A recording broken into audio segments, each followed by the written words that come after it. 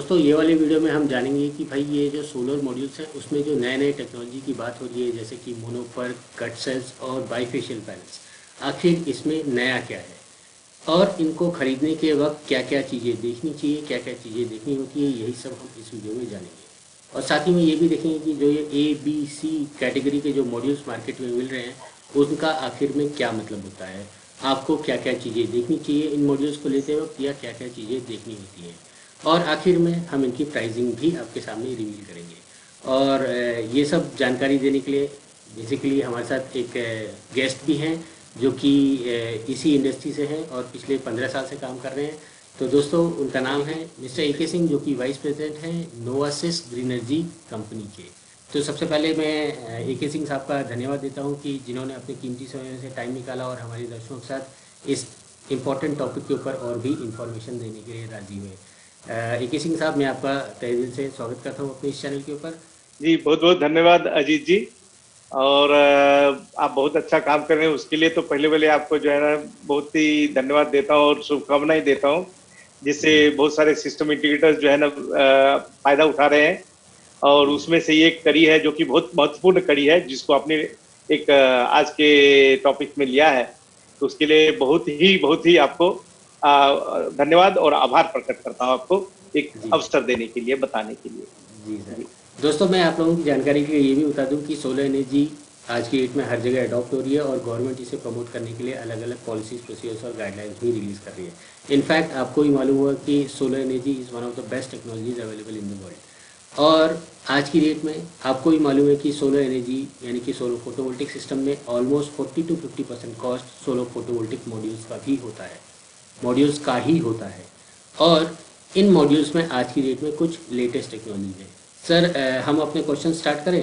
जी बिल्कुल। सर पहली बात तो ये जो है सोलर फोटोवोल्टिक मॉड्यूल्स का, इसके बारे में ये जो नई नई टेक्नोलॉजीज आ रही है इसके बारे में कुछ बताएंगे सर? जी जी।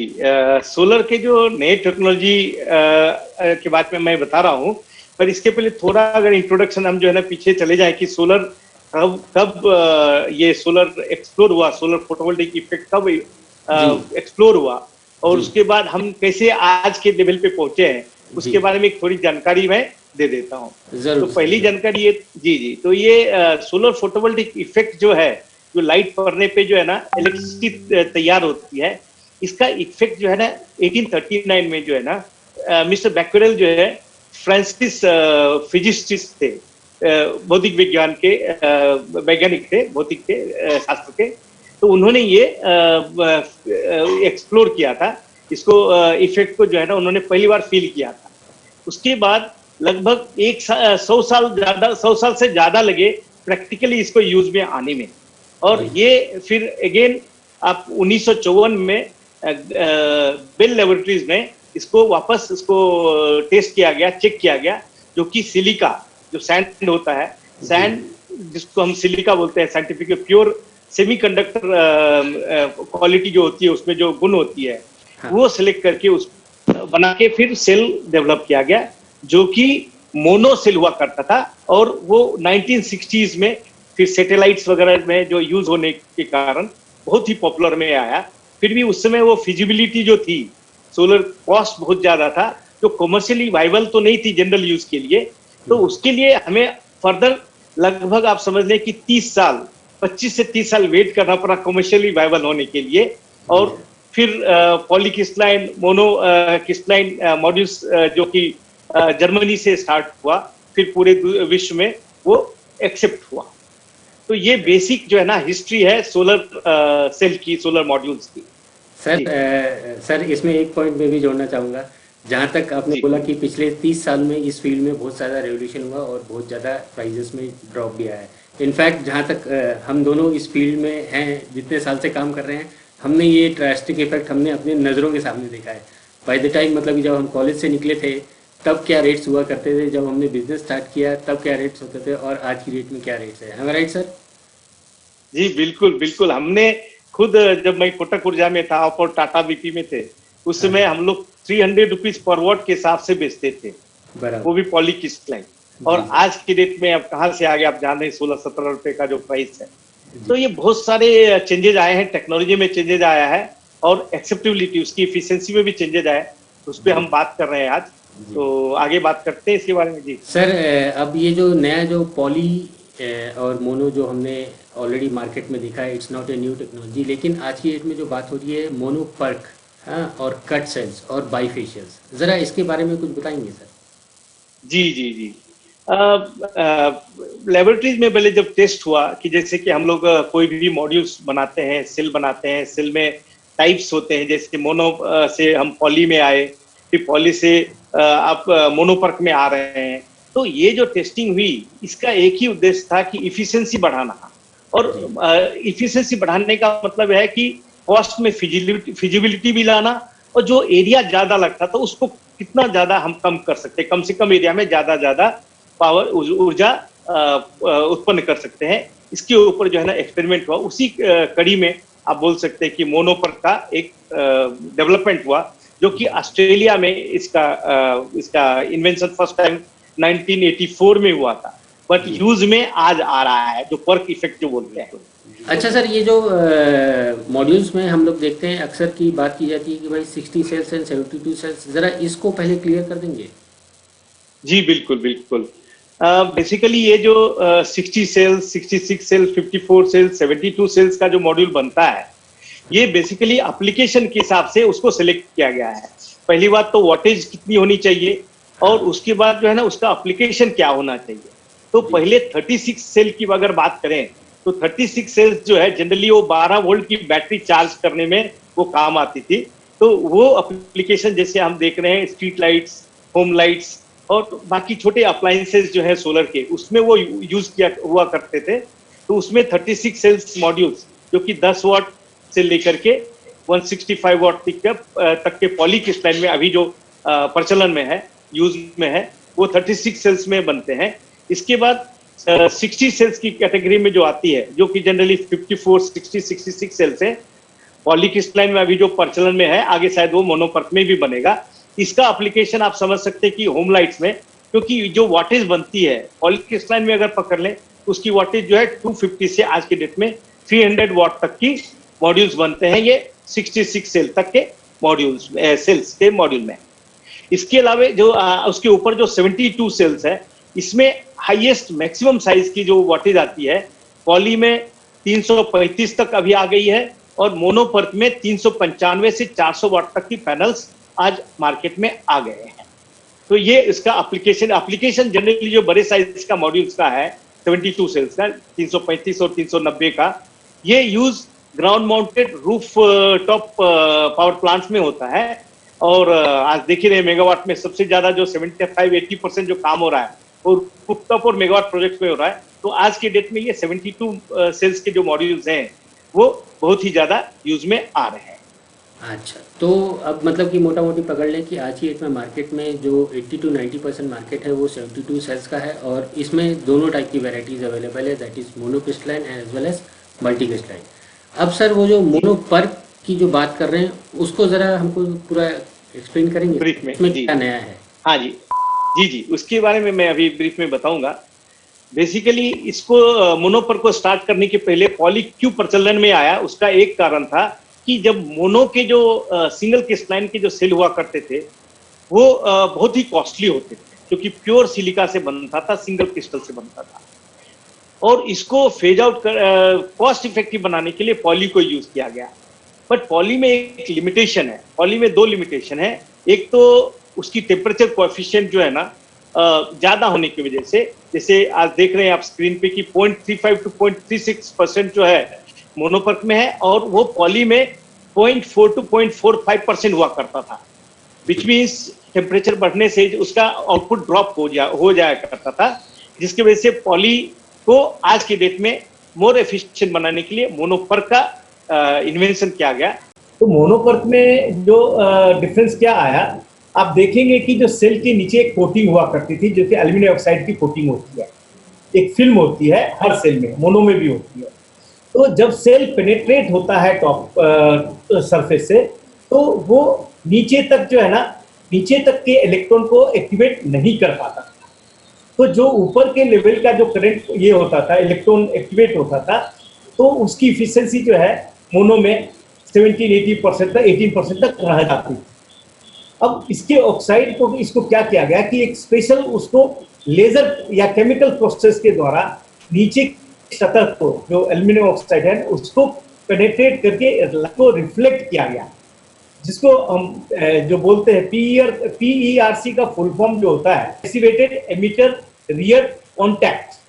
जी इसका मीनिंग है जो पैसिवेटेड एमिटर रियर कॉन्टैक्ट, मतलब जो रियर सरफेस था जो पैसिवेटेड था, रस्टेड था, जिसपे रिफ्लेक्शन नहीं हो रहा था, उसको हम इनर्जाइज कर दिए because of some chemical laser chemical process से।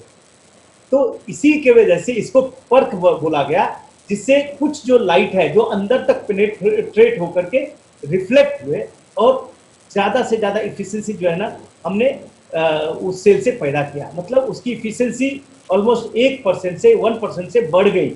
तो आज की डेट में आप देख रहे हैं कि मॉड्यूल्स का जो इफिशिएंसी जो है मोनोपर का सेम साइज में लगभग आपका मॉड्यूल लेवल पे 2% का एफिशिएंसी बढ़ गया है और सेल लेवल पे तो आप देख ही सकते हैं 2.5% तक का एफिशिएंसी पॉली से मोनो में बढ़ गया है।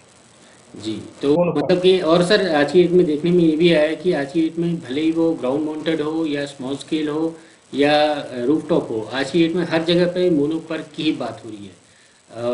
जी और जस्ट बिकॉज इसमें एफिशिएंसी ज़्यादा है। यहाँ पे एक चीज़ मैं दर्शकों के साथ ये बता देना चाहूँगा कि ये जो एफिशिएंसी की बात हो रही है, इसका मतलब ये नहीं होता कि वो ज़्यादा जनरेट कर रहा है। इनफैक्ट एफिशिएंसी का सीधा सीधा मतलब होता है कि उतनी जगह कम लगेगी। एम आई राइट सर? बिल्कुल एकदम सही बात है। ये कंफ्यूजन जो है ना सबके मन में रहता है। बेसिकली क्या है, हम 1 किलोवाट को डिफाइन करते हैं कि पावर प्लांट की मॉड्यूल की कैपेसिटी से। फॉर एग्जांपल 335 वाट की अगर हम 3 मॉड्यूल लेते हैं पॉलीक्रिस्टलाइन के तो 1 किलोवाट पूरा होता है। उसी तरह से अगर हम 390 के मॉड्यूल्स लेंगे तो 3 मॉड्यूल नहीं, 3 मॉड्यूल से कम कैपेसिटी लगता है। मतलब अगर हम 3 मॉड्यूल ले लें तो लगभग 1.2, 1.18, 1.15 किलोवाट का पावर हमको मोनोपर्क में मिल जाता है सेम स्पेस में। मतलब ये है कि पॉलीक्रिस्टलाइन और मोनोपर्क में 1 किलोवाट पावर जनरेट करने में मोनोपर्क में 17 to 18% का जगह कम लगता है, एरिया कम लगता है। ये फायदा मोनोपर्क में। सर जहाँ तक एक और बात है कि अपार्ट फ्रॉम जगह, आपका अगर जगह कम रहेगा और आपका जो मॉड्यूल 2 ही या 3 ही लगेंगे तो आपका जो स्पेयर्स होते हैं या जो बैलेंस ऑफ सिस्टम्स होते हैं वो भी कम लगेंगे, आपका लेबर कॉस्ट भी कम लगेगा। तो इससे ऑल टुगेदर आपका मतलब कि कॉस्ट भी कम होगा। एम आई राइट सर? जी बिल्कुल। इसमें एक ऐसा चीज है कि जितना मॉड्यूल्स पॉपुलर होगा और उसकी क्वांटिटी बढ़ेगी प्रोडक्शन की तो कॉस्ट तो मॉड्यूल लेवल पे कम होगी, बट फिर भी मोनोपर्क से पॉलीक्रिस्टलाइन से मोनोपर्क का कॉस्ट थोड़ा ज्यादा है। लेकिन अगर स्पेस कम ये ले रहे हैं सोलर के वजह से, सोलर के एरिया कम लगने की वजह से, तो इसका दो मतलब है। एक मतलब तो है कि आपका बैलेंस ऑफ द सिस्टम, जैसे कि स्ट्रक्चर हो गया, केबल्स हो गए, डीसी केबल्स हो गए, ये जो क्वांटिटी है वो कम लगती है आपको प्रोजेक्ट में। इसके अलावा एरिया, अगर ग्राउंड माउंटेड प्लांट है तो आप समझ सकते हैं कि एरिया अगर आज 4 एकड़ की जगह पे अगर आपको 3 एकड़ जगह में अगर सपोज मोनोपर्क में पावर प्लांट लग जाती है तो आपको डेफिनेटली आपका कॉस्ट, लैंड कॉस्ट बढ़ रहा है। तो ओवरऑल जो प्रोजेक्ट का कॉस्ट है वो बढ़ता नहीं है और एफिशिएंट हो जाता है और बेहतर मोनोपर्क की वजह से आपको बेहतर प्लांट मिलता है। इसके अलावा मोनोपर्क का एक और फायदा है, जो मोनोपर्क का जो आपका टेम्परेचर कोफिशिएंट की जो हम बात कर रहे थे कि हायर टेम्परेचर क्लाइमेट में, जैसे इंडिया बहुत हॉट क्लाइमेट है, ओवरऑल आप बोल सकते हैं कि एवरेज टेम्परेचर अगर बोला जाए साल का तो 35 to 40 डिग्री एवरेज टेम्परेचर आता है। उस हिसाब से अगर हम लोग जो पैनल्स है वो 25 डिग्री सेल्सियस पे स्टैंडर्ड टेस्ट कंडीशन में उसको यूज करते हैं, उसका आउटपुट चेक करते हैं, जिसका वाट पिक हम बोलते हैं कि 490 वाट पिक ये जनरेट करेगा under standard test condition. But because of temperature coefficient, जो क्लाइमेट में जो टेम्परेचर बढ़ता है तो पर डिग्री के ऊपर उसका जो है ना ड्रॉप होता है, मोनोपर्क में वो बाकी पॉली के हिसाब से कम होता है, जिसकी वजह से एक आप समझ सकते हैं कि इनिशियल जनरेशन सुबह जल्दी जनरेट होगा और लेट तक जनरेट होगा। दोपहर में टेम्परेचर हाई होने के बावजूद भी इफिशिएंसी ड्रॉप कम होगा। इसलिए पर्क मॉड्यूल का आज चॉइस, लोगों का जो सिलेक्शन उसके ऊपर ज़्यादा फोकस हो रहा है। अच्छा सर, अच्छा अशोक सर, ये तो हो गया भाई पर्क मॉड्यूल। अभी पर्क में भी कट सेल्स आने लग गए हैं। अब ये कट सेल्स होने का क्या मतलब है और उससे क्या फ़ायदा हो रहा है, ज़रा वो भी बता देंगे सर? हाँ हाँ, जी जी जी। तो हम अभी ये कट सेल में जो आप देख रहे हैं, हाँ। कट सेल जो है वो पॉली में भी अप्लाई हो सकता है और मोनो में भी अप्लाई होता है। हुँ। अगर हम कट सेल कर लेते हैं, हाफ कट सेल जिसको बोलते हैं, तो हाफ में अगर कट कर लेते हैं तो ये डिफरेंस जो है बेसिकली कट सेल और फुल सेल में, हम फुल सेल से कंपेयर करते हैं। जब आप फुल सेल मॉड्यूल का जो है आप पोजीशन देखें तो नॉर्मल साइज जो होता है 2 मीटर बाय 1 मीटर का पैनल होता है, जहाँ जी। पे जंक्शन बॉक्स है टॉप पे ऊपर लगा होता है, और हर सेल का जो आउटपुट है वो जंक्शन बॉक्स से कनेक्ट होता है, फिर वहां से हम आउटपुट लेते हैं। अब आप समझे कि जब लाइट पड़ती है पैनल पे तो इलेक्ट्रॉन का जो ट्रेवल होता है, करंट का जो ट्रेवल होता है, वो पूरे सेल में नीचे तक 2 मीटर जाकर के फिर ऊपर तक आती है। अब इस प्रोसेस को, ये डिस्टेंस में रेसिस्टेंस जो है करंट को ज्यादा मिलता है। अब हाफ कट करने की वजह से क्या हो गया कि हाफ कट करने की वजह से जंक्शन बॉक्स बीच में यूज करने की वजह से सेल का जो रेसिस्टेंस है, जो ट्रेवल करंट का जो करंट फ्लो होता है उसका जो रेसिस्टेंस है, रेसिस्टेंस, वो रेसिस्टेंस कम हो जाता है, क्योंकि ट्रेवल पाथ कम हो जाता है। तो ट्रेवल पाथ कम होने की वजह से रेसिस्टेंस कम हो जाता है, तो जो करंट मिलते हैं वो हमको नॉर्मल पैनल से ज्यादा मिलते हैं। मतलब आप समझ सकते हैं कि लगभग 0.1 टू 0.2% जो losses because of full cell में होता था ट्रेवल की वजह से, वो कम हो जाता है कट सेल में।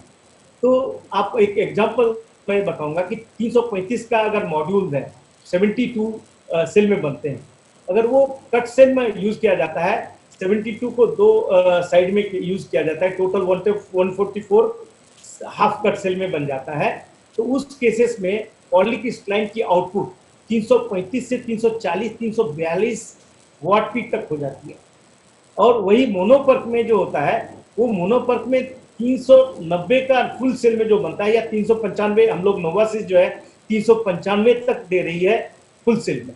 अगर उसको हम हाफ कट सेल में बनाएं तो हम लोग 400 से 410 वाट तक जो है हम आउटपुट हाफ कट में दे सकते हैं।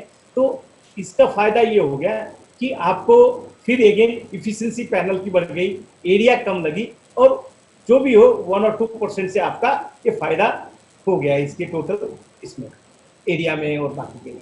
मतलब कि ये टोटल ये सब मिला के आपको हायर एफिशिएंसी, सेम एरिया लग रहा है और उसमें हायर एफिशिएंसी मिल रही है।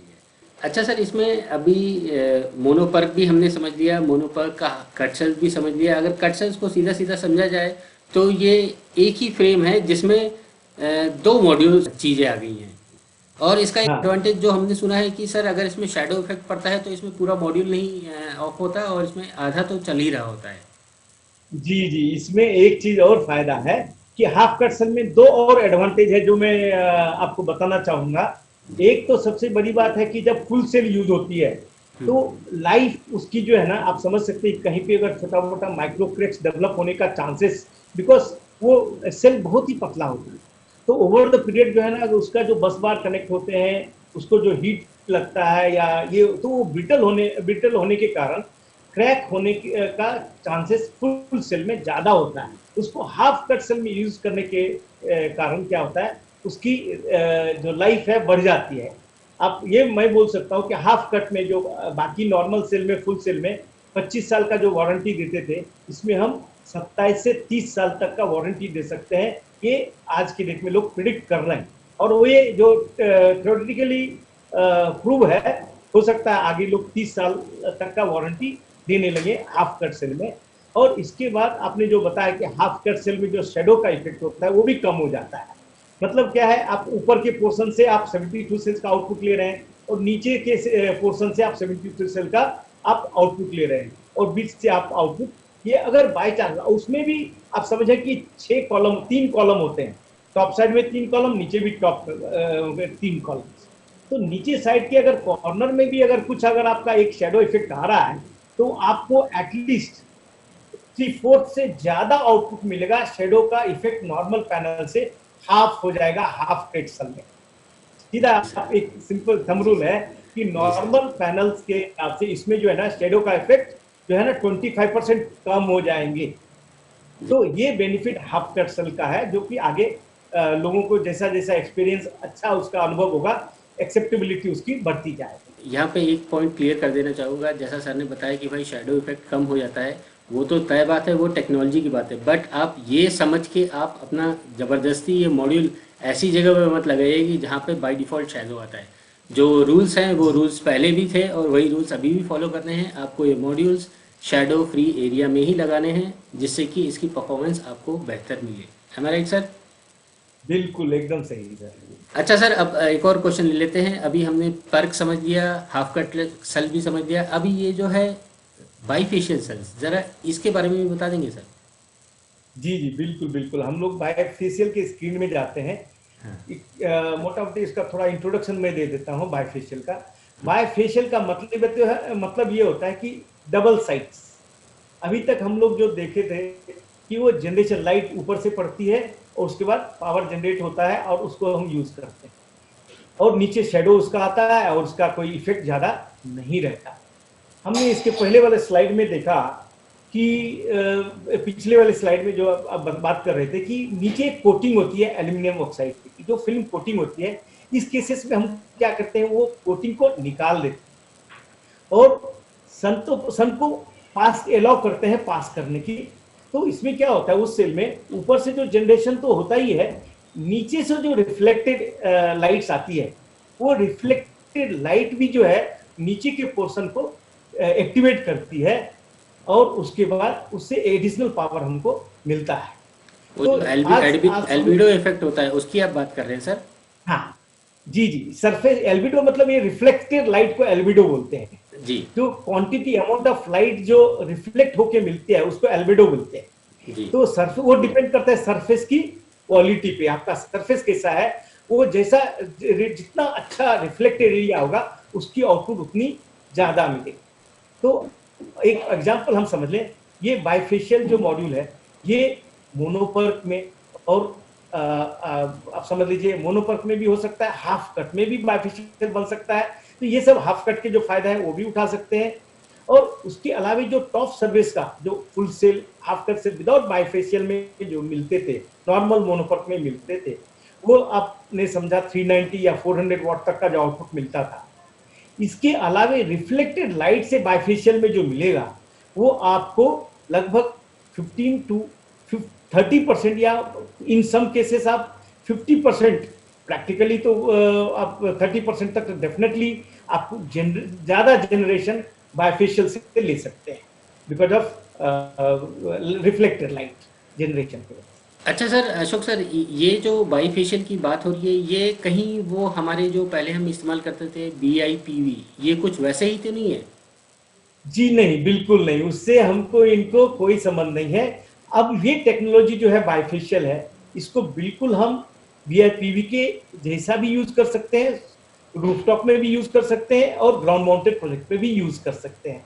अब ये बाइफेशियल जो है, जो सेल है, इसमें जो सैंडविच होता है, इनकैप्सुलेशन जो बोलते हैं, ये आइदर ग्लास टू ग्लास हो सकता है या ग्लास का ट्रांसपेरेंट बैकशीट से हम उसको इनकैप्सुलेट करते हैं जिससे कि लाइट पास ऑन होता है। Okay okay. अच्छा सर, इसमें एक पॉइंट और है, जैसे आपने बताया कि भाई जो सोलर सेल है उसके सामने से तो जो बिजली मिल रही है वो तो मिल रही है, बहुत सही बात है, वो उतना जनरेट कर रहा है, और जो पीछे से है वो भी रिफ्लेक्ट होके जितना भी वो कैप्चर कर सकता है वो कैप्चर कर रहा है। सर, इसमें कहीं ऐसा तो नहीं कि पीछे से भी कोई एक अलग से सेल लगाया हो, ऐसा तो नहीं है? जी बिल्कुल, इसमें जैसे अभी तक हम लोग पीएन जंक्शन की बात करते थे, इसमें पीएन और एनपीएन की हम बात कर रहे हैं, बिल्कुल वही इफेक्ट है। अगर थोड़ा इफेक्ट जो है ना हम कोटिंग कर लेते हैं, लेकिन इसमें कॉस्ट का एक बताना चाहता हूँ कि ज्यादा फर्क नहीं पड़ता इस प्रोसेस में। सिर्फ नीचे जो एनपीएन जंक्शन जो बनते हैं, जैसे एनपी की बात करते थे पहले, अब एनपीएन जंक्शन की बात करते हैं, जिससे क्या होता है कि नीचे से भी हम उसको इलेक्ट्रिसिटी पैदा, ये बेसिक फंडा बिल्कुल आपने सही बताया, ये है।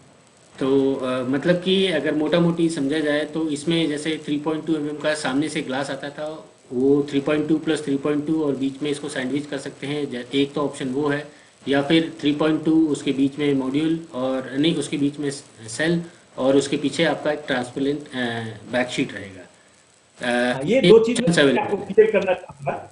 जी, ये भी इसमें हम आपको थोड़ा आइडेंटिफाई मतलब क्लियर करना चाहूंगा कि जब हम ग्लास टू ग्लास जब हम एनकैप्सुलेट करते हैं तो उसमें 3.2 mm का ग्लास नहीं यूज होता है, उसमें 2 mm और 2 mm का ग्लास मिलकर की उसकी जो साइज थिकनेस जो है ना 4 mm हो जाती है, क्योंकि हमें ग्लास का वेट भी जो है ना कंट्रोल करना है। पैनल्स का, पैनल्स के वेट बढ़ बराबर। जाएंगे, फिर वो बाकी उसके साइड इफेक्ट आएंगे। और इसके अलावे अभी हमने देखा बेहतर रिजल्ट जो है 3.2 mm की जो नॉर्मल ग्लास है उसको हम ट्रांसपेरेंट बैकशीट, नॉर्मल जो व्हाइट बैकशीट हुआ करती थी उसकी जगह पे ट्रांसपेरेंट बैकशीट अगर यूज कर देते हैं तो वेट बढ़ती भी नहीं है, और उसको हम फ्रेम और विदाउट फ्रेम दोनों तरह से यूज कर सकते हैं, जिसको सर लेकिन फ्रेम अगर बनाया लगा के नहीं नहीं, अगर सर 2 mm का ग्लास ले रहे हैं और बैक शीट में आप ट्रांसपेरेंट यूज़ कर रहे हैं, तो उसमें फिर अप्रूवल्स जो हम लोग देखते हैं, जो BIS हाँ अप्रूवल है, वो सब कैसे मिलता है सर? हाँ, नहीं इसमें आज की डेट में वैसे भी अभी बाइफेशियल का जो BIS है या IC सर्टिफिकेशन ये अभी प्रोसेस में है, आया नहीं हम्म। है। बट एक चीज मैं बताता हूँ कि जो प्रूवन है 3.2 और विद बैकशीट हम्म। वही चलेगा, क्योंकि 2 mm जैसी ग्लास थिकनेस कर देंगे तो वो लाइट तो हो जाएगा बट वो वीक भी हो जाएगा। तो बराबर। इसके वजह से अब ग्लास टू ग्लास में 2 mm इसलिए किया गया कि जो इनकैप्सुलेशन है वो टोटल थिकनेस 4 mm की हो जाती है, बट बराबर। यहाँ पे 3.2 mm जो पैरामीटर्स है डिफाइन किया हुआ उतना हाँ, हम ट्रांसपेरेंट बैकशीट के साथ ये फुलफिल कर रहे हैं। उतना मैच करना ही करना है, हैं?